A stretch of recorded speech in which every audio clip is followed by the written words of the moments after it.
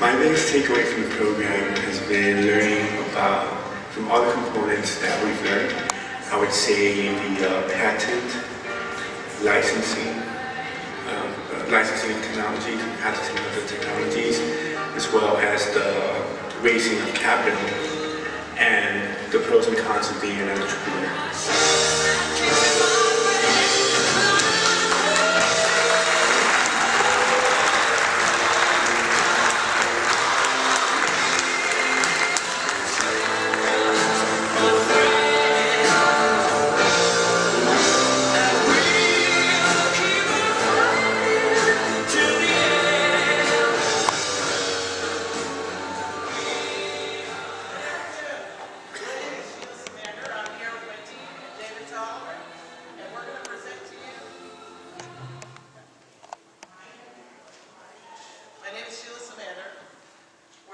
Representing InfraStrength Technology Corporation. We're with my team, David Toller, my co-presenter. We're going to present to you a business opportunity that will bring 21st century technology to 19th century infrastructure repair, and we're going to make money in our first year. Whether you paid attention or not, you probably drove over one of Florida's 12,000 bridges today. There's almost 600,000 bridges in the United States. Federal Department of Transportation has deemed that almost half of them are deficient, with half of those being structurally deficient, which means they shouldn't be carrying vehicular traffic. We don't think twice about driving over bridges, and we take our lives in our hands every day, not only with the South Florida driver, but with unseen structural damage to the pilings. Water can be erosive, but when it's combined with bacteria, salts, and wave action, it can become corrosive to the piles that hold up the bridges. And this is what they begin to look like. The methods used today are not much different than they were from centuries ago, when the little Dutch boy put his finger in the dike, find the hole, and plug it. But the concrete and steel don't take kindly to the plugs because it's not long before the plug is expelled and a larger, more expensive plug needs to be replaced. InfraStrength Technology's mission is to bring proven cutting-edge technology to infrastructure repair, turning the industry to a technology-driven resource for local, state, and federal stretched budgets. According to former Transportation Secretary Ray LaHood, America's one big pothole, even though $42.5 billion is poured into infrastructure repair every year. Ours does even better. Meet our MVP. Our patented method will provide repairs that provide 3 times the life at 1/3 the cost.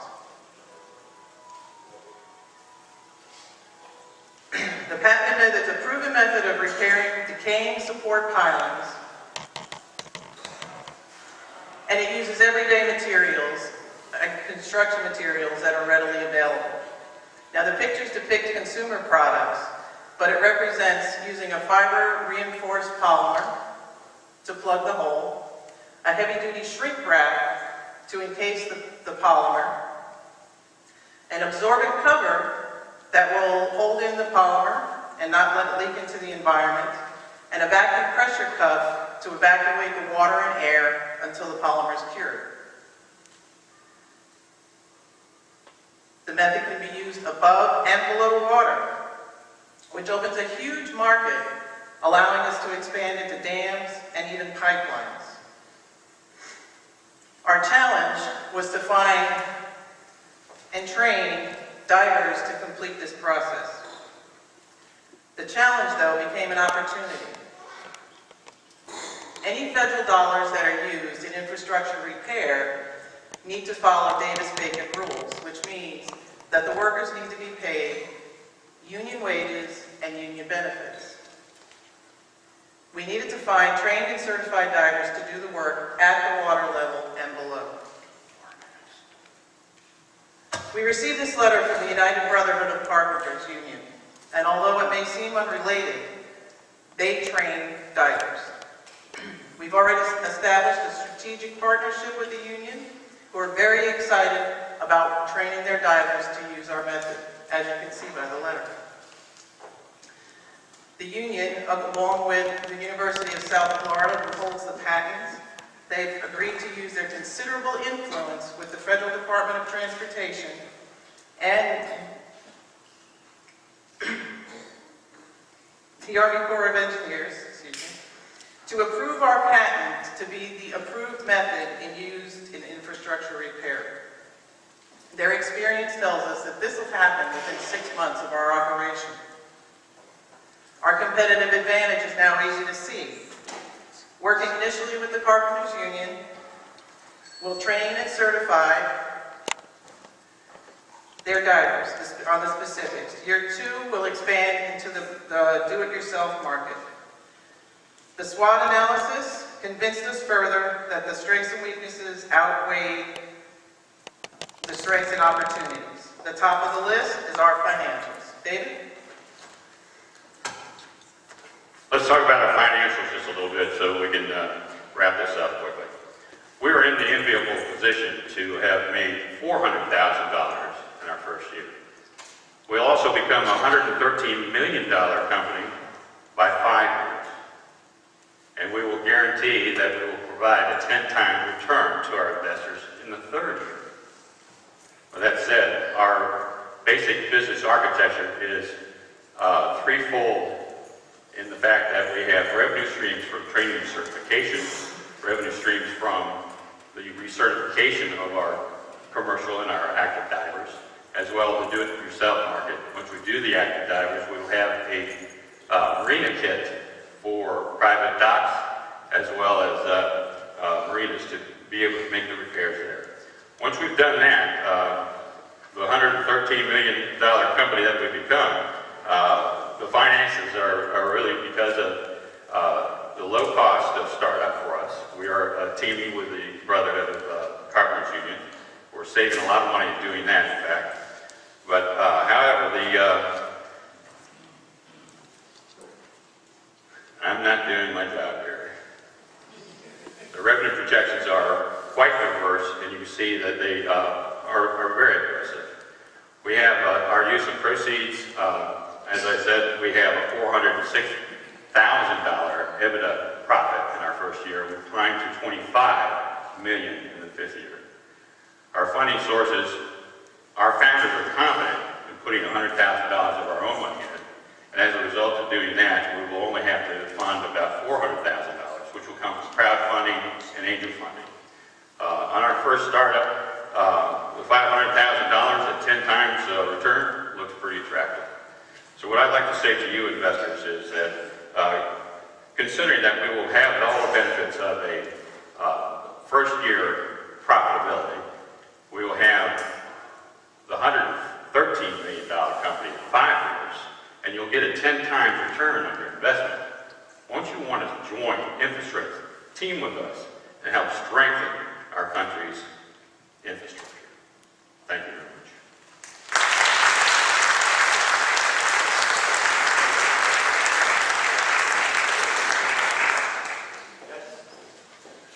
Questions? Thanks for that, guys. Appreciate good job on the presentation. I guess my big question on this business, and as I was reading through the plan, same question. How much is sort of federal government stimulus dollars a driver of this business model? Well, in our business model, as we mentioned, $42.5 billion annual budget currently for the repair of bridges and infrastructure. And the current administration has a $300 billion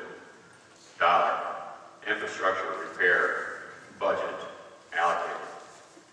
As soon as we start spending that money, obviously we're going to be in a position to take some, just a little bit of it.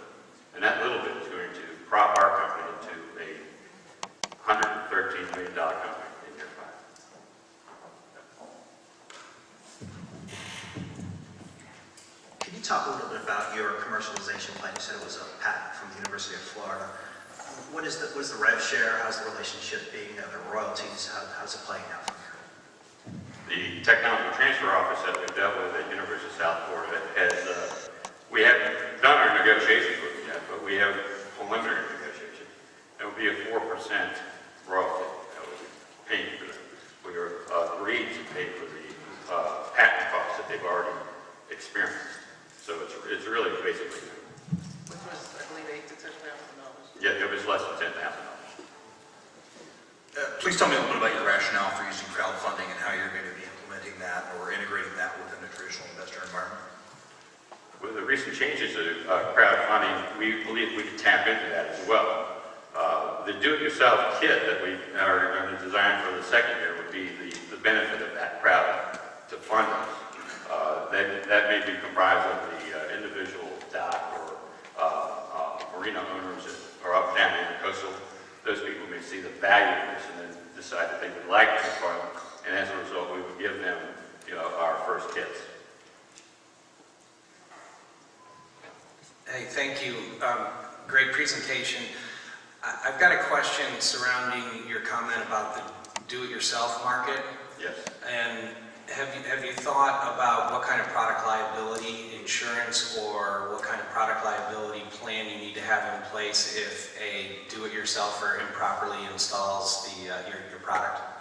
That's an excellent question, by the way. And I have two parts to that answer. First of all, the training that we are going to give to the active divers that will allow them to work with the property owner or a marina to do the effective repair is going to be very comprehensive. We're actually spending more time and attention on that than we are with the commercial divers. And actually the cost for that training would also be a little bit steeper. With regards to the insurance side of it, it's our plan to associate ourselves with some of the insurance industries and carriers that take care of the liability for us, and to try to team with them to find a common understanding of how we need to fight it ourselves as a company and put in place those particular measures. Generally, the divers that we intend to reach in that market are already trained and certified, and we're going to train and certify them specifically in our method, which at that time hopefully will be approved by the Federal Department of Transportation for use in this area. To build a company up to over $100 million in 5 years is a lofty goal, and also to get government contracts is not always easy. That's a really competitive field, even though they have a lot of money. Do you have anyone on your team who has experience in going after government work? I believe several of us do. Yes. And as well as Nancy Alvarez, who's our Director of Human Resources. She has the ties with the Carpenters Union, and also our mentor has a lot of experience in that area as well. The patented technology is the repair. The repair method, that's correct. So the plan is to not only license that technology, but to also certify, to instruct and certify beyond that technology, or just that technology? Yes. We have a pipeline of other patents related to infrastructure repair that we intend to roll out after we roll out the do-it-yourself market as well, and that's part of the foundation where we'll use that foundation to continue to research and further our pipeline of patents. The foundation is designed to fund university and private research, and from that we will be able to ensure that we retain our leadership position as an innovator in bringing technology forward to infrastructure repair. It's really, as Sheila had indicated, it's 19th century technology. So we're going to try to turn that into 21st century technology capability through our training certification program. And as a result, we want to apply Moore's Law to the repair techniques. And we have this stockpile of patents from University of South Florida, but then our foundation is designed to spread that around to other university research activities to then help propagate further technology patents that will aid in the infrastructure repair worldwide. So yes, we do have aggressive growth plans, 5 years, $113 million, but we believe that we were very conservative in all of our projections to get to that.